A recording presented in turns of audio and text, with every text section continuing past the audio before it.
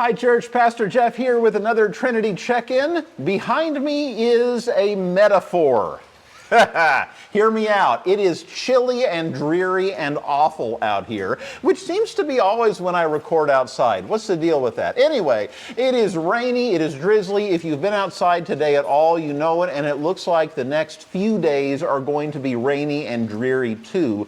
But, as the saying goes, maybe it's not a bug, but a feature. You know, we've had such a dry winter, we need the moisture so bad, and somehow that changes how it hits, doesn't it? Somehow that changes how the dreariness feels when we know just how thirsty the ground is. Behind me is a metaphor. You know, we've been in the season of Lent in the church, the season of preparation for Easter, a season when we double down on our efforts to grow and to do the things that draw us closer to God. Well, let's be honest, usually when we do that, it comes when we're dry, when we need a little extra nourishment, when we need something to help lift us up too. And so there are parts of the season of Lent, and especially of Holy Week, which we're in now, which are dark and dreary indeed. Over the next few days, we'll be remembering Jesus' journey to the cross. If you're reading along with the Matthew scriptures with the church, you know that we're already into the arrest and the trial and everything that happens, and leading up to that, the Last Supper was we've already read. And on Friday, we will remember Jesus' death. You know, the service we'll have here, 6:30 Friday evening, and it'll be live streamed too. We'll have a tenebrae service, it's called, a service of darkness.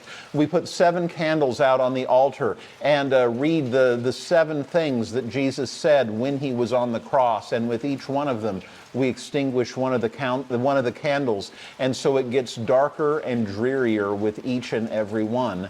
And then we go home. And then we go home. But if we're honest, after a dry season in our own life, there's something about that. There's something about what the story does. There's something about what God's action, what God's insistence of entering into our suffering does for us. Something about the way that God overcomes even the worst that this world can throw. Is exactly what we need and nourishes us in the same way that this rain behind me is nourishing the earth around us. It's a metaphor. It's Lent, you see. And you want to know what the best part of it is?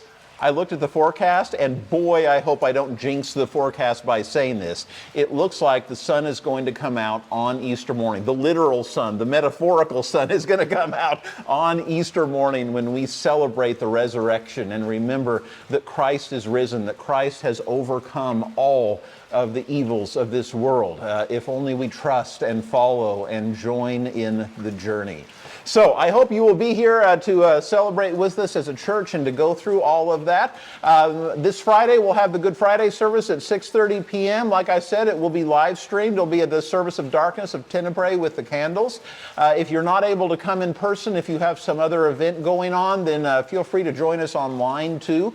You know, Saturday in the Christian tradition, Easter or Holy Saturday is kind of a blah day. You know, it's kind of that day in between, that day of now what do we do? And that's exactly where the disciples were.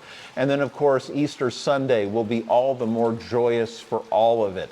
Easter Sunday, we have our normal services at 9 and 10:30. We are hoping to have a lot of people here this year, and I cannot wait. I hope that you will be part of it. We're going to have chairs set up and all the logistics figured out to make it go as best we can. One thing we would ask is that if you are a regular and if you are able-bodied, that you would park in the lower lot. It's just down the hill, just to the west of the church. It's not a very long walk at all. You do have to go up a dozen or so steps, though. So if you're able to do that, then I hope you'll park down there. You'll walk right up by the fountain here in the Columbaria and come in to worship. That way those who are new to the church or those who may not come very often or those who might have a special need can use the parking spaces that are close to the door and the elevator. Come and enjoy. We have a photo booth set up, so if your family is dressed nicely, you know, for once.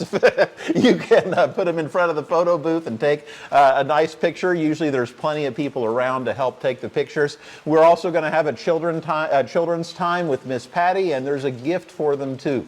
So it's going to be a good Sunday. It's going to be a wonderful Easter celebration. And I'm at that point now where we're still walking through these dreary days of Lent, but there's part of me that's itching, right? Because I know it's coming, because I know the sun's coming out. I know the sun is just behind those clouds, metaphorically speaking, and here it comes. So I hope you're here to join us on Easter Sunday. One last thing before I go, and that is a thank you. Last week we had our pancake breakfast that supports our youth mission trip to the Lydia Patterson Institute, and it was phenomenal. It was better than usual. Now, I didn't want to say this before, but we were looking at the price of airline tickets, which have gone up markedly, and we were wondering if we were going to have to drive this year. We were wondering if we were going to be able to afford the airline tickets, because we also have a big group of youth who've signed up to go on the trip, and that would mean we'd have to shorten their time they were there and all of that. But here's what happened.